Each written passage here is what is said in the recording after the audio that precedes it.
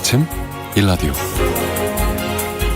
선거가 있었던 이번 주 유난히 빨리 지나간 것 같습니다. 어느새 주말을 앞둔 금요일입니다. 물론 아직 거뜬한 분들도 계시겠지만 일주일간의 피곤이 한꺼번에 몰려오는 것 같다라는 분들도 많습니다. 그래서요, 평소에 건강 관리가 필요한데요. 건강을 지키기 위해서는 우리 몸의 면역력 키우는 거 중요한 거 다들 알고 계시죠? 면역력에 큰 영향을 미치는 것 중에 하나가 바로 생활 습관입니다. 과식하거나 과음하거나 이처럼 자신의 생활 습관을 조절하지 못하면 면역 기능이 떨어지면서 고혈압, 지방간, 당뇨와 같은 생활 습관병에 걸리기가 쉽습니다. 그렇다면 면역력을 높이기 위한 방법은 뭘까요? 다들 아시겠지만 균형 잡힌 식사, 금연, 절주는 기본이고요. 이런 것도 중요합니다. 과로하지 않기, 많이 웃기, 감사한 마음 갖기, 스트레스 조절하기도 면역력을 높이는 데 좋다고 합니다. 우리 몸의 면역력 키우기, 마음만 먹으면 실천할 수 있을 것 같죠? 오늘은요, 재미있는 이야기도 좀 더 많이 나누시면서 스트레스까지 확확 날려버리는 행복한 금요일 즐겨보시면 좋을 것 같습니다. 이번 주말 대부분 지역에 화창한 날씨가 이어진다고 하는군요. 가까운 숲을 찾아가서 가볍게 산책해보는 것도 좋을 것 같습니다. 잠시 후 숲으로 가는 길에서 함께 떠나보시겠습니다. 6월 3일 금요일 아침, 오늘 아침 일라디오 출발합니다. 안녕하세요. 저는 아나운서 강승화입니다.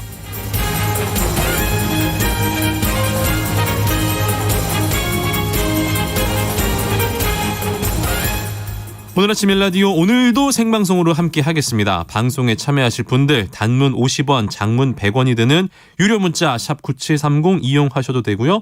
유튜브에 KBS 일라디오 공식 채널 검색하고 들어오시면 채팅창에 참여하실 수 있습니다. 콩 어플리케이션에서는 일라디오를 보이는 라디오로 함께 하실 수가 있습니다.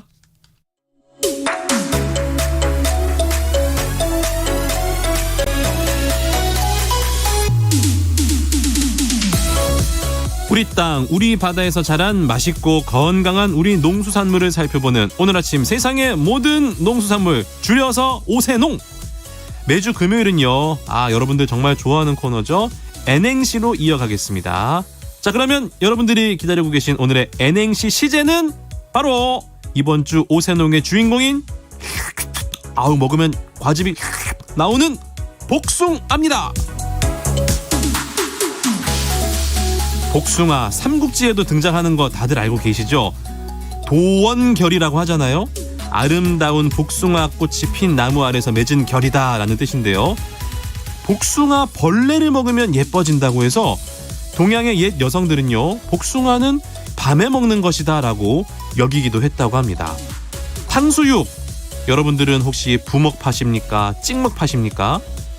그렇다면요, 복숭아, 여러분들은 부드럽고 수분이 많은 물복파이신가요? 아니면 과육이 딱딱하면서 사각사각한 딱복파이신가요?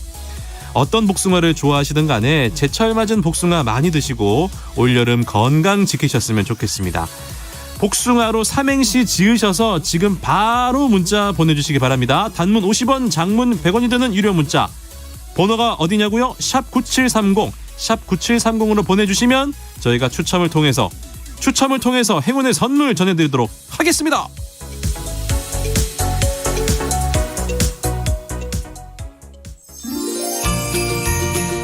유익한 정보와 살아있는 이야기가 있습니다. KBS 오늘 아침 일라디오.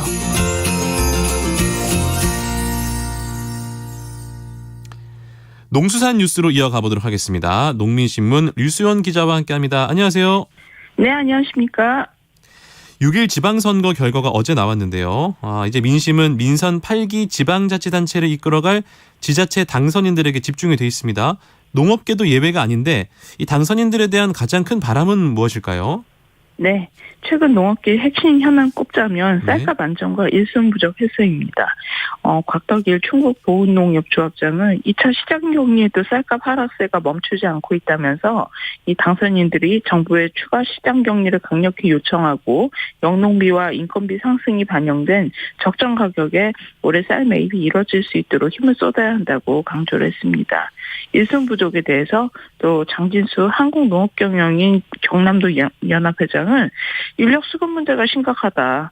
중앙정부와 협력해서 외국인 근로자 도입 확대와 운용 내실화에 힘쓰고 지자체 간 교류 활성화와 자매 결연 확대를 통해서 인력 활용도를 높이는 노력이 필요하다고 주장을 했습니다. 네. 또 곽상현 한국새농민회 충남도 회장도 외국인 근로자들이 출퇴근에 많은 시간과 돈이 들어서 농장주는 물론이고 외국인 근로자들 또한 어려움을 겪고 있다면서 이 근로자 숙소 기준을 합리적으로 개선하는 데 노력해달라고 주문하기도 했습니다. 또 소진담 충남 부연농협조합장은 농산물 공동선별 출하 인건비와 농가의 수수료 절감 방안 그리고 농산물 산지유통센터 즉 LPC에 주 52시간제 탄력 적용과 최저임금 업종별 차등화 등을 주문하기도 했습니다. 농산물 제값 받기가 큰 과제인데 어떠한 요구가 있습니까? 네. 경남 밀양의 농민 이현애 씨는 네. 농산물 값이 오르면 물가 상승 주범으로 몰아간다면서 민선 탈기 지자체장은 정당을 초월해 농업 농촌이 처한 상황을 잘 헤아려서 효율적인 정책을 펼쳐주면 좋겠다고 말하기도 했습니다. 네. 또 도기정 경북 성주참외 원예농협조합장은 농민들이 피땀 흘려 생산한 농산물을 제값받고 판매할 수 있도록 소비 촉진에도 좀 보다 관심을 기울여주길 바라고 또 APC 등 산지 농산물 수집 분산 기능이 강화될 수 있도록 이렇게 APC 시설 현대화에 힘써주면 좋겠다고 밝히기도 했습니다. 농업 예산 확대에 대한 주문도 높을 것 같습니다. 축산 부분에서는 어떤 요구 사항들이 있습니까? 네. 이 신천 잠깐만요. 네. 여기 축산 전에 심재룡 한농연 강원도 연합회장 직무대행은 강원도는 농업 인구가 전체 10%를 웃도는 만큼 네. 이 토 농업 예산도 이에 비례해야 하는데 현재는 7% 수준이라고 지적을 했습니다. 네. 그러면서 선거 구호에만 그치지 않고 농업 분야에 보다 많은 관심을 갖고 농업 예산 확보에 앞장서 주길 바란다고 강조했습니다. 또 이제 축산의 경우 이상문 경북 의성축협조합장은 축산이 농업소득의 40%를 차지하는 이 축산 육성에 관심을 갖고 이 축협과 함께 가축분유 처리시설에 대한 투자를 늘려서 농가 부담과 지역 민원을 줄여줬으면 좋겠다고 토로했습니다. 네. 그리고 이 조합장은 세계적인 식량 위기 속에서 사료값이 폭등해서 축산 농가들이 큰 어려움을 겪고 있어서 사료작물 재배 지원이 그 어느 때보다 중요하다고 강조했습니다. 네. 지역 소멸 위기 대응책, 지역 활력 대책도 절실하잖아요. 네. 홍승권 경기도 사이치 연합회장은 경기도에서도 인구 소멸이 우려되는 곳이 8개나 되고 모두 농촌 지역이라고 꼬집으면서 도시에서 오랜 기간 구직 활동을 하는 청년들을 대상으로 농업기술 교육을 하고 자립할 수 있도록 지원하는 방안을 지자체들이 적극 강구해 주길 바란다고 당부했습니다. 또 내년부터 시행되는 고향사랑 기부제, 즉 고향세 활용 방안에 대한 주문도 나왔는데요. 네. 이경자 농가주부 모임 전북도 연합회장은 특히 고향세 담요품으로 지역을 대표하는 우수 농축산물을 준비해서 지역 경제를 활성화하고 농업 농촌을 더 발전시켜 나갔으면 좋겠다는 바람을 전했습니다. 또 이제 충북 청주시에 있는 결혼 이민 여성 호티 김탄 씨는 코로나19로 방문길이 막혔던 결혼 이민 여성들이 이 바쁜 영농철이 끝나면 고향을 좀 방문할 수 있도록 지자체가 지원 사업을 마련해주면 힘든 농촌 생활의 활력소가 될 것 같다고 말했습니다. 네. 또 이 물류난을 겪고 있는 김덕문 제주도 농업인 단체 협의회장은 도지사 직속에 농축산 분야별 관리위원회를 구성하고 이와 관련한 조례를 제정해서 이 제주 지역 농가 물류비 부담 문제와 농업인구 고령화 등 지역 농업의 현안을 심도 있게 풀어가야 한다고 밝히기도 했습니다. 농업계로 분류될 여야 후보들도 이번에 여럿이었는데 이번에 선거에 출마해서 당선의 영예를 차지한 분들이 계십니다. 우선 광역자치단체장부터 한번 살펴볼까요? 네, 이번에 제8회 동시지방선거에서 범농업계 인사가 대거 당선했습니다. 네. 전직 농림축산식품부 장관으로는 문재인 정부 초대 장관을 지낸 김영록 전남도지사가 이번에도 네. 이 더불어민주당으로 출마해서 재선에 성공을 했습니다. 이분은 18, 19대 국회의원 시절에도 농림축산식품해양수산위원회 간사 등을 맡은 바 있습니다. 네. 또 이명박 정부에서 농림수산식품부 장관을 지낸 유정복 국민의힘 인천시장 후보도 당선했습니다. 재선을 노리는 박남춘 민주당 후보와 리턴 매치에서 서륙에 성공했고 4년 만에 다시 인천시장이 됐습니다. 네. 국회 농해수위에서 활동한 전직 국회의원들도 대거 당선됐습니다.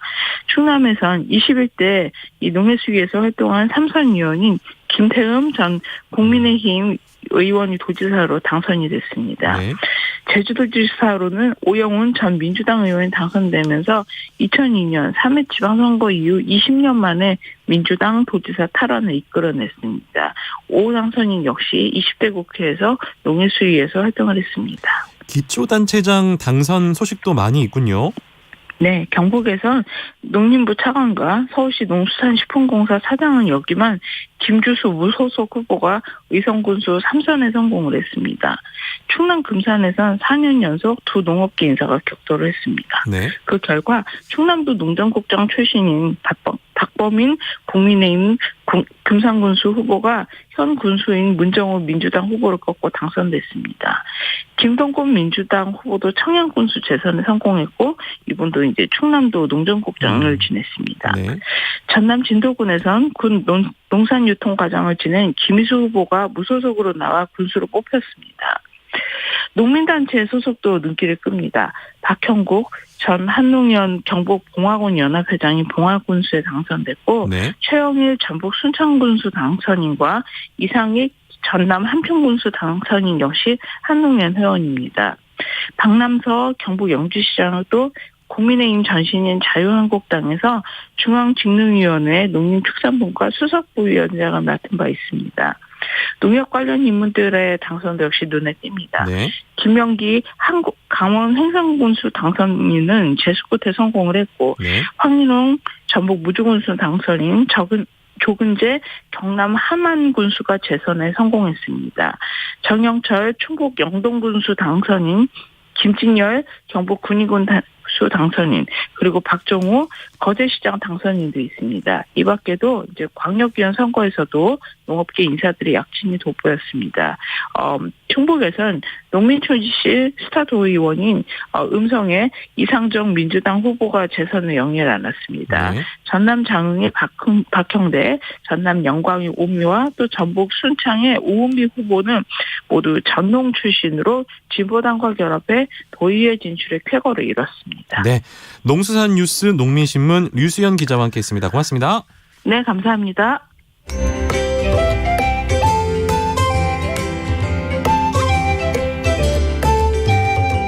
상쾌한 하루의 시작.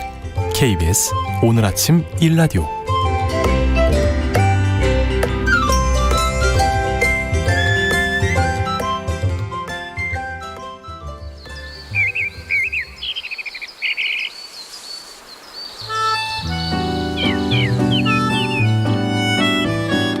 숲으로 가는 길.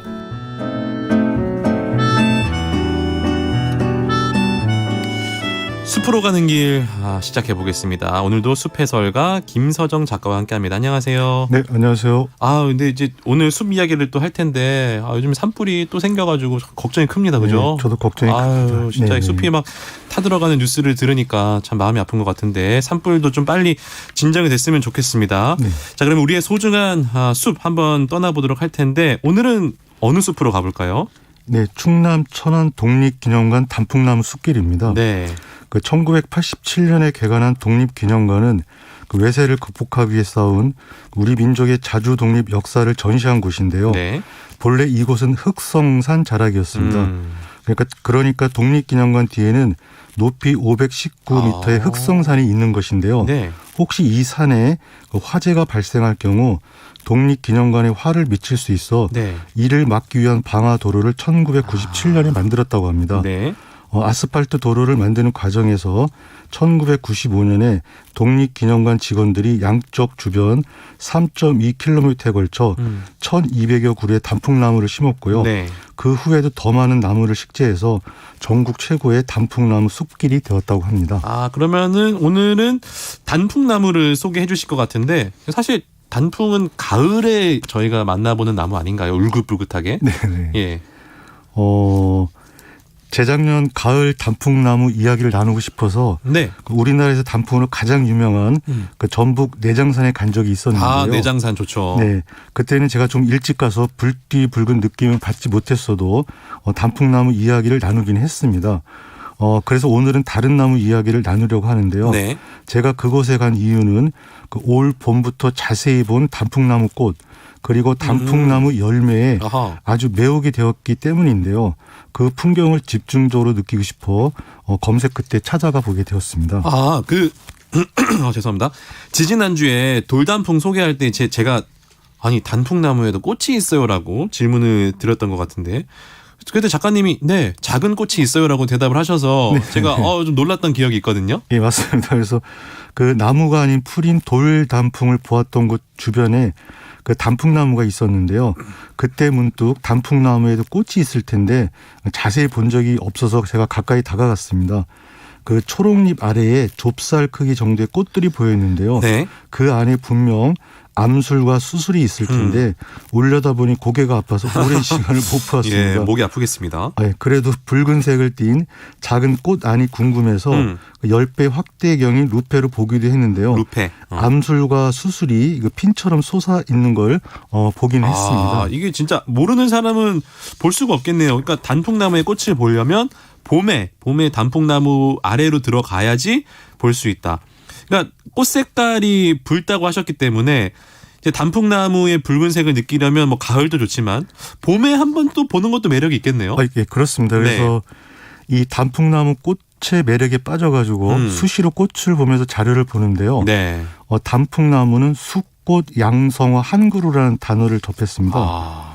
이 말은 한 나무에서 숫꽃만 피는 꽃도 있고 네. 숫꽃과 암꽃이 함께 피는 양성화도 있다는 말인데요. 그래도 궁금증을 가지고 살피다가 잠깐 잊은 사이 꽃들이 점으로 사라지고 말았습니다. 사실 제가 잘 모르긴 하는데 보통 나무 하면은 뭐 암수 한 그루, 암수 딴 그루 뭐 요 정도 알고 있거든요. 네네네. 근데 방금 말씀하신 숫꽃 양성화 한 그루 요건 좀 신기하면서 어렵게 느껴집니다. 예, 저도 좀 거의 처음 접했던 내용인데요. 네.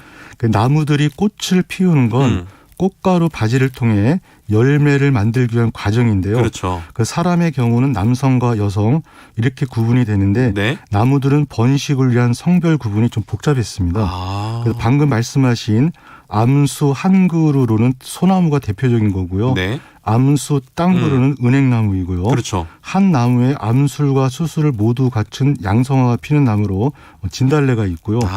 이 외에도 암꽃 양성화 한 그루, 숫꽃 양성화 탄 그루, 암꽃 양성화 딴 그루 등이 있다고 하는데요. 예. 식물의 번식 방법은 우리의 상식을 훨씬 뛰어넘는 것 같습니다. 그러니까 이제 뭐 동물들은 인간을 포함해서 암컷, 수컷 단순한데 이런 그 식물들은 이제 다양한 번식 방법이 있다 보니까 우리 이 동물들보다 좀 오래 산다 이런 말로도 들을 수 있을 것 같아요. 예, 그런 것 같습니다. 네. 이 이동을 할 수 있는 동물과 달리 그 붙박이로 사는 전략을 택한 나무들이기에 이 환경에 따라 어떻게든 살아남는 방법을 만드는 과정에서 그 나무들마다 새로운 방법들을 찾는 것 같고요. 그래 나무를 볼 때마다 이 고정관념을 버리는 연습을 제가 하는 것 같기도 합니다. 동물의 관점에서 보면 안 되네요. 예, 그렇게 됩니다. 네. 예.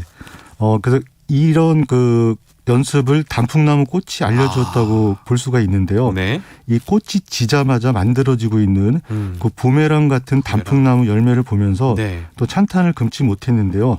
이 단풍나무 열매들 가운데 꽃보다 엷은 붉은색을 띤 붉은 빛을 띤 색을 보면서 이 가을에만 단풍나무를 찾지 말고 모든 나무는 1년 내내 열심히 봐야 한다는 생각을 했습니다. 저는 또 단풍나무 열매도 본 적이 없고 심지어 그 색깔이 붉은 빛이다. 단풍 좋아하시는 분들은 오늘부터 단풍나무 좀 유심히 보시는 게 좋을 것 같습니다. 단풍나무 이야기는 이제 지난번에 하셨다고 하니까 그럼 오늘 어떤 나무를 좀 더 중점적으로 볼까요? 네, 백당나무입니다. 백당나무. 단풍나무 숲길을 걷기 위해 제가 입구에 서 있는데요. 네. 하얗게 핀 꽃들이 눈길을 끌어 자연스레 다가갔고요. 네. 가서 보니 백당나무였습니다. 백당나무, 단풍나무 숲길 입구에서 본 하얀 꽃의 백당나무 한번 소개해 주실까요? 네, 백당나무는 인동과 낙엽 관목으로 우리나라 산야의 계곡과 산비탈, 습한 지역에서 자라는 암수 한 그루인데요. 네. 3m 정도까지 자랍니다. 이 백당나무 이름과 관련해서는요. 하얀 꽃이 단을 이룬다고 백단나무라고 하다가 백단나무. 네. 백당나무가 되었다고 합니다. 그렇군요. 이 백당나무에 대해서 자세하게 글을 쓴 그 최두석 시인의 글을 부분적으로 말씀드려보면요. 네.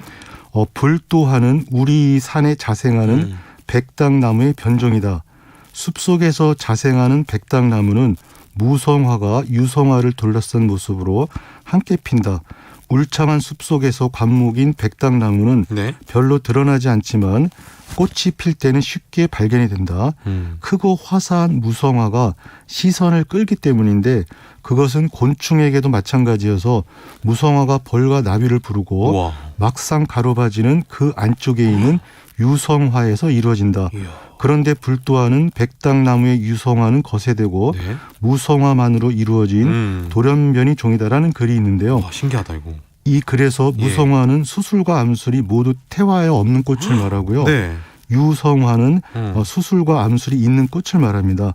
그러니까 불도화의 하얀 꽃은 모두 무성화이고요. 네. 백당나무의 큰 하얀 꽃은 무성화, 네. 안에 있는 작은 꽃들은 예. 무성화라고 말씀드릴 수 있습니다. 제가 지금 보니까 진짜로 큰 꽃 주변에 작은 꽃, 큰 꽃 안쪽에 작은 꽃들이 있는데, 그러니까 네네. 딱 눈에 띄는 화려한 거는 이게 무성화라는 말씀이신 거잖아요. 네네. 근데 이게 눈에 띄신다 그 말씀이신 예, 거죠. 예, 예. 신기하네요. 예. 예. 그래서 그 말씀하신 화려한 꽃이 우리가 가짜 꽃이라 장식꽃이라고도 부르는데요. 장식꽃. 네. 여름에 우리 눈을 가장 즐겁게 하는 수국도 산수국의 무성화를 이용해 개량한 꽃인데요. 그래요? 그래서 수국은 불도화, 백당나무는 산수국 이렇게 연결시켜 꽃의 특성을 기억하시면 좋을 것 같습니다. 그렇군요. 이렇게 이중 구조를 하고 있는 거는요. 네. 진짜 꽃이 작아 크고 넓은 장식꽃을 만들어 이야. 벌과 나비를 끌어들이기 위한 전략인데요. 신기하다. 와. 제가 백당나무 앞에 있을 때 예. 마침 벌이 날아왔는데 하얀 꽃을 휙 지나가서 작디 작은 꽃 위에서 윙윙 거리는 모습을 직접 보니 실감이 났습니다. 이야, 이게 이제 생존을 위해서 이제 일종의 자신들을 변화시킨 건데 너무나 신기한 것 같습니다. 그러니까 하얗고 큰 꽃을 보고 이제 벌레들이 날아가서 네. 근데 진짜 꽃으로 간다. 그러니까 백당나무 입장에서는 굉장히 성공한, 흔히 말하는 낚시에 성공을 한 거예요. 그렇죠. 예. 예. 예, 맞습니다. 그래서 그래서 백당나무에 대한 그 최주석 시인의 글을 또 한번 보겠습니다. 네. 이 백당나무가 불도화로 돌연변이를 일으킨 이유는 과학적으로 증명할 수 없기에 우연으로 돌려야 할 것이다. 그런데 백당나무는 불도화로 변신하여 인간들의 정원에서 사랑받는 나무가 되었다. 하얀 공 모양의 꽃송이가 탐나 사람들은 자신이 소유한 정원에 불도화가 뿌리 내리도록 허용한 것이다. 라는 글이 있는데요. 네. 지금 그 불도화는 꺾꽂이나 분주를 통해서 번식할 수 있게 되었는데요. 불도화를 보면서 그 조상이라고 할 수 있는 백당나무도 많이 기억해 주시면 어떨까 싶습니다. 이 최두석 시인의 말씀을 들어보니까 꼭 이게 백당나무가 막 곤충 입장에서 그렇게 화려한 꽃을 피우는 게 아니라 생존을 위해서 인간들에게 또 눈길을 끌려고 가짜 꽃을 피우는 게 아닌가? 네. 그런 생각도 듭니다. 예, 맞습니다. 어쨌든 우리의 눈을 아름답게 하는 나무들의 원조들 한번 기억하시면 좋을 것 같고요. 재밌는데요. 다른 나무도 만나볼까요? 네. 제가 백당나무를 보고 단풍나무 숲길로 들어가 붉은 빛을 띤 열매와 그 초록빛을 띤 열매를 번갈아 보면서 단풍나무를 가득 마음에 채우며 걷고 있었는데요. 네. 아스팔트 길가에서 노란 빛을 띤 꽃들이 보여 다가갔고요. 네. 가서 보니 고들빼기였습니다. 고들빼기 이거 입에 지금 침이 고이는데 쌉싸름한 그 김치 만드는 그거 맞습니까? 네, 맞습니다. 그래서, 예. 쌉쌀한 맛이 일품인 그 고들빼기. 예. 고들빼기 김치를 담그는 이 고들빼기는요. 예. 국화과 두해살이 풀로 국가 표준 식물 목록에 90여 종이 등록되어 있을 정도로 아주 다양한 식물인데요. 네. 많은 분들이 도심 길가에서 피어있는 고들빼기를 보고는 민들레인가 하면 잠시 맞아요, 눈길을 맞아요. 주고는 네. 지나가는 경우가 많습니다. 네. 그래서 봄부터 우리 주위에서 흔히 보는 노란꽃으로 민들레, 쓴바귀, 고들빼기가 있는데요. 네. 이 차이를 알고 유심히 보시면 그 식물의 다양한 모습에 예. 감탄을 하시게 됩니다. 제가 TV 정보 프로그램을 오래 했는데요. 예. 볼 때마다 저는 구분이 안 가요. 그러니까 민들레는 좀 익숙하거든요. 예. 나머지 뭐 쓴바귀나 고들빼기는 공부 안 하면 이거 구분이 안 갈 것 같아요. 예, 제가 한번 말씀을 드려보겠습니다. 네.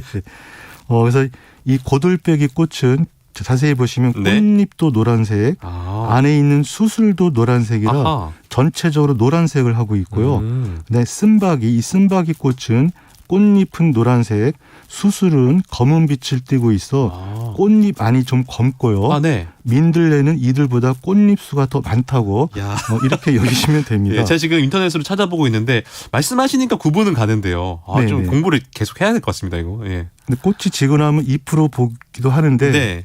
그거는 좀 시간이 필요할 것 같고요. 네. 그래서 고들빼기 관련해서 이 한국 농정신문에 있는 고들빼기 이름과 관련한 내용을 보면요. 네.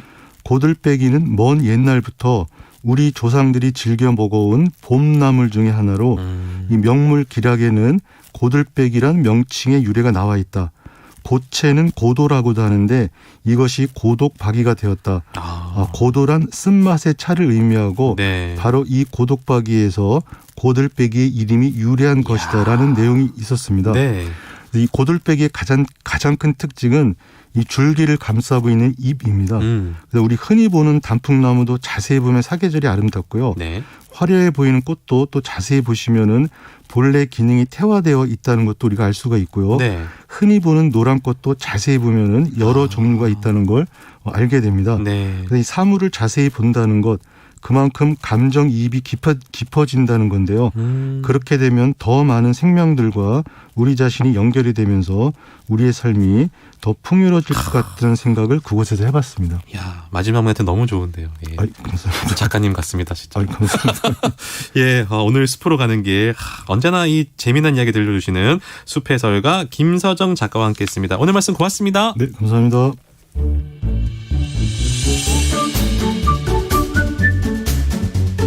아침을 여는 기분 좋은 습관. KBS 오늘 아침 1라디오.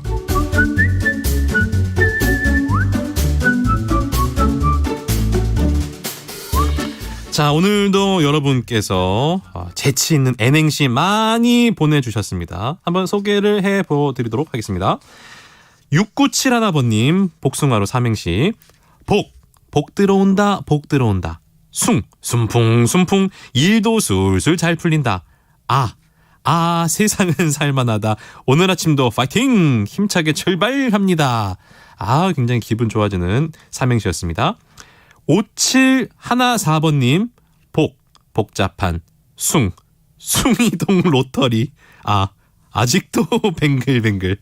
로타리 복잡하죠. 숭이동에서 지금 운전을 좀 헤매셨는지 이런 또 재미있는 N행시 보내주셨네요. 7910번님 복 받으실 거예요. 강승화 진행자님. 숭승장구 하시고 오늘 아침 일라디오 쭉 신나게 진행해 주세요라고. 또 제 이름 넣으면 당첨 확률이 높아진다고 생각하시는 분들이 많기 때문에 오늘도 제 이름이 들어간 삼행시 잘 받았습니다. 4466번님 복스러운 복숭아 숭덩숭덩 썰어서 한 입 가득 물면 맛있다. 좋습니다. 몇 개 더 해볼까요? 6152번님 복을 안겨주는 방송 숭늉처럼 구수한 방송. 오늘 아침 일라디오 좋아.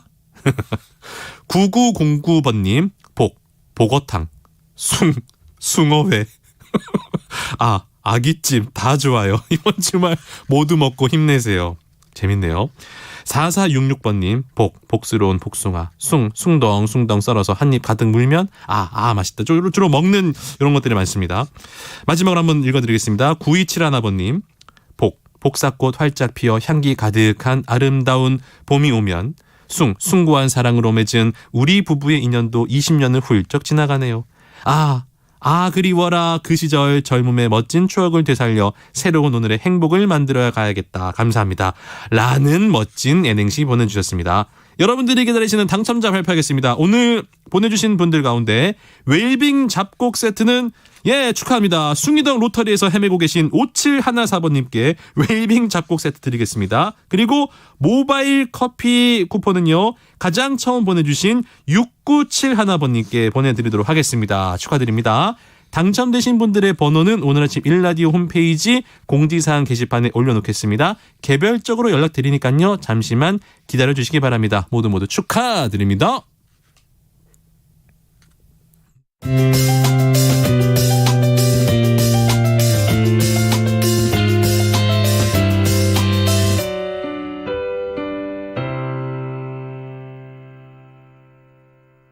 KBS 오늘 아침 일라디오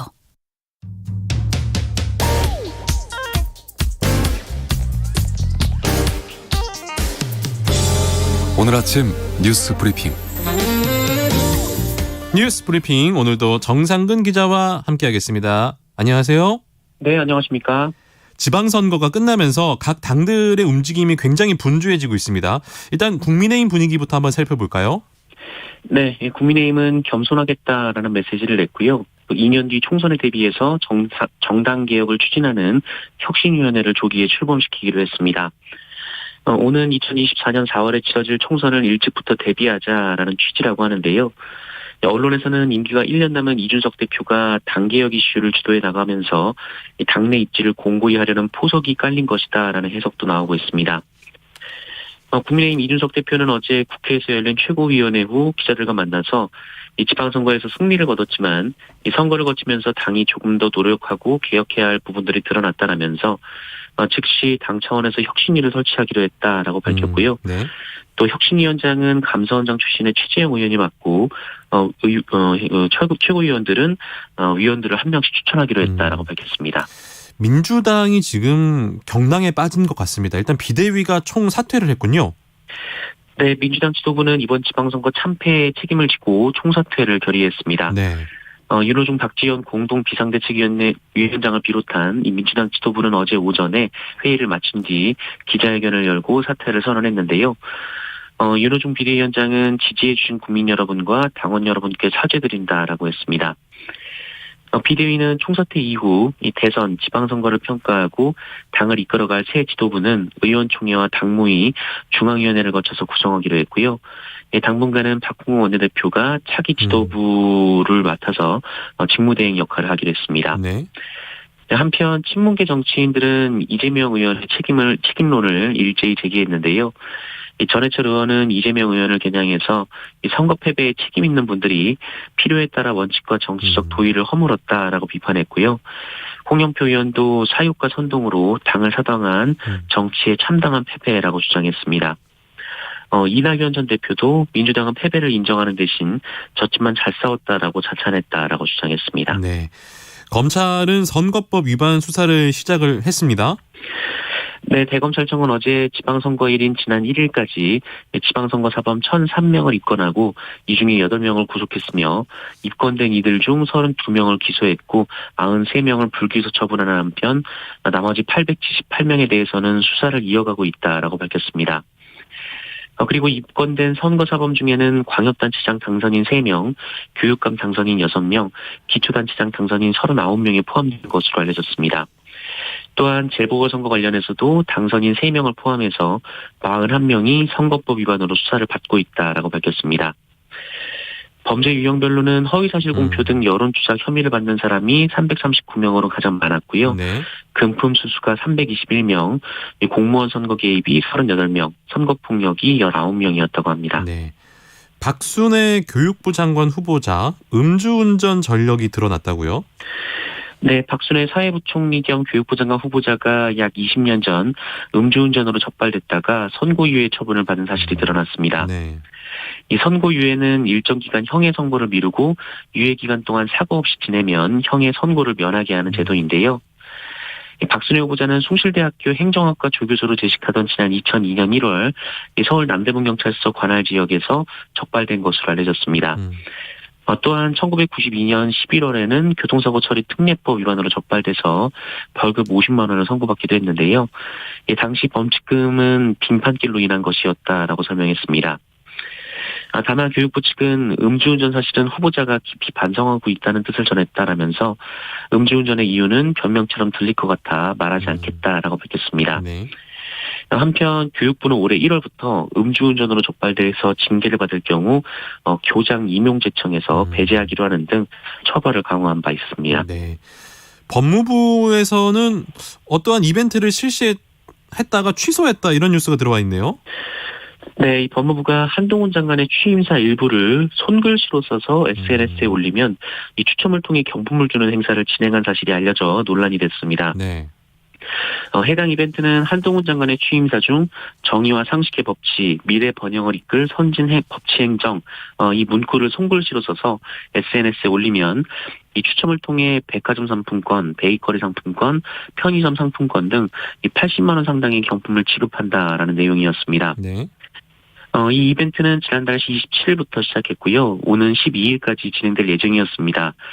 그러나 이를 두고 세금을 장관 개인 홍보에 쓴다라는 비판이 제기됐는데요. 그러자 법무부는 어제 한동훈 장관의 지시로 관련 이벤트를 중단한다라고 밝혔습니다. 이 법무부는 해당 이벤트가 장관에게 보고도 없이 진행됐으며 한동훈 장관은 이를 언론 보도를 통해 알았고 즉각 중단할 것을 지시했다라고 밝혔습니다. 손실보전금 요즘에 이제 자영업자분들 받고 계신데 근데 지급 대상에서 제외된 자영업자분들께서 성명서를 내셨군요. 네, 이 코로나19 방역 조치에 따른 손실보전금 지원 대상에서 제외된 소상공인들이 이 지급 대상 확대를 요구하는 공개 성명을 발표했다라고 합니다. 네. 소상공인 자영업자 커뮤니티인 아프니까 사장이다라는 사이트에 그제 한 회원이 손실보전금 사각지대에 놓인 소상공인 연합 성명문이라는 글을 게시했다라고 하는데요. 이들은 손실보전금 지급 기준이 당초 윤석열 대통령의 공약과 국민의힘에서 약속한 기준과 명백하게 다르다라면서 지급 대상을 확대해달라라고 요구했고요. 이 손실보전금 폐업 기준일을 철회할 것을 요구하면서 이 방역 지침을 이행하다가 폐업한 사업체도 이 손실보전금을 지급해야 한다라고 촉구했습니다. 이 카페에는 이 성명을 소개하고 지지를 호소하는 게시글이 다수 올라온 상태이며 현재까지 200개 이상의 지지 댓글이 달렸다라고 합니다. 다만 소상공인들을 대변하는 법정단체인 소상공인연합회는 자신들이 이 성명을 낸 것이 아니다라고 밝혔습니다. 네. 코로나19 상황도 한번 살펴볼까요? 네, 어제 발표된 코로나19 신규 확진자 수는 9,898명으로 10,000명 밑으로 떨어졌습니다. 네. 그 전날과 비교해서 6천여 명 가까이 적었고요. 지난주 목요일 발표된 확진자 수와 비해서도 18,000여 명 정도 적었는데요. 그제가 임시공휴일인 지방선거일이었기 때문에 확진자가 일시적으로 줄어든 것으로 보입니다. 그제 사망자는 15명으로 그 전날에 비해서 6명이 적었고요. 위중증 환자는 176명으로 전날보다 12명 줄어서 6일 연속 100명대를 유지하고 있습니다. 이거 굉장히 걱정되는 뉴스인데 밀양의 산불이 진화가 잘 안 되는 것 같습니다. 굉장히 큰 걱정이에요. 네, 생각보다 좀 길어지고 있습니다. 네. 지금 밀양 산불이 지난달 31일 발생했으니까 이 나흘째 이어지고 있는데요. 네. 이 산림청은 발화 사흘째인 어제 일주일 직후 헬기 53대, 이 산불 진화대원 2,450여 명을 산불 현장에 집중적으로 투입을 했고, 이 진화율을 어제 밤까지 81%까지 올렸는데요. 지금은 좀 더 올라갔네. 92%까지 올라갔네요. 네네. 네. 하지만 이 산불 현장 가까이에 고압선로가 있어서 어제 그 헬기 공중 진화가 좀 어려웠었고, 또 험한 산세에 임도가 없어서 이 지상 진화가 더디어 일몰절 주불 진화를 마무리하지 못했다라고 합니다. 네. 한편 지금까지 알려진 피해 면적은 이 축구장 1,000개 면적이 넘는 상황이라고 합니다. 참 큰 피해가 있기 때문에 많은 걱정입니다. 좀 빨리 진정이 됐으면 하는 그런 바람이 있습니다. 네. 국내 방문을 위해서 일본인들이 한국 대사관 앞에 몰려들었다. 이거 무슨 뉴스입니까? 네, 이 코로나19 발생 전에는 기억하시겠지만 그 일본을 가려면 무비자 협정에 따라서 이 비자 없이 90일 동안은 단기 체류가 가능했었습니다. 그렇죠. 네, 하지만 코로나19 발생 이후인 2020년 3월 이 무비자 협정이 중단이 됐었는데요. 네. 그런데 코로나19 확산세가 주춤함에 따라서 이 한국 의료부는 일본 측에 비자를 받으면 한국 관광이 가능하다 이렇게 통지를 했다라고 합니다. 네. 그러자 그 일본에 있는 한국 대사관에 그 일본인들이 우리 비자를 받기 위해서 긴 줄을 만들었다라는 건데요. 네. 이 비자를 만드는 절차가 까다롭고 또 접수를 하더라도 비자가 나오기까지 3, 4주 정도가 걸리는데 그럼에도 불구하고 비자 발급 신청 첫날인 그제 1,000명이 몰렸다라는 현지 언론의 보도가 나왔습니다. 네. 심지어 그 일본 트위터에서는 이 새벽에 사람이 얼마나 있는지 그 사실 상황을 실시간 중계하는 글까지 등장했다라고 하고요. 네. 일본이 아직은 우리나라 단체 관광객만 입국을 허용하고 있기 때문에 우리도 비자 발급 대상을 하루에 100명에서 200명 정도로 제한을 하고 있는데요. 네. 그럼에도 일본인들이 이 밤을 새 각오로 하고 한국에 오기 위해서 기다리겠다는 사람이 많다라고 합니다. 마지막 뉴스 한번 살펴볼까요? 어제 그 축구 있었잖아요. 우리 대표팀. 브라질과 승부를 정말 재미나게 펼쳤는데 일단은 승부에서는 패배했습니다. 네, 아쉽게 대패를 했습니다. 네, 5대1이었죠. 예. 그렇습니다. 어제 브라질과 서울 월드경기장에서 경기가 치러졌는데요. 이 전반전까지는 분위기가 좋았습니다. 이 전반 6분 그 히샬리송 선수에게 한 골을 내줬지만 전반 30분 황의조 선수가 동점골을 넣었는데요. 네. 하지만 전반 41분 네이마르 선수가 골을 넣으면서 이 경기가 한쪽으로 기울었고 결국 5대1로 크게 졌습니다. 네. 우리 대표팀 수비 중심인 이 김민재 선수의 빈자리가 아쉬웠는데요. 그래도 브라질은 세계 최강 팀이고 또 카타르 월드컵까지는 아직 몇 개월 남아 있습니다. 네, 그리고 다음 주 월요일엔 칠레, 그리고 다음 주 금요일엔 파라과이와의 대결이 남아 있고요. 오는 14일에는 이 살라 선수가 있는 이집트와의 경기도 열릴 예정입니다. 네, 살라 선수와 손흥민 선수의 대결도 좀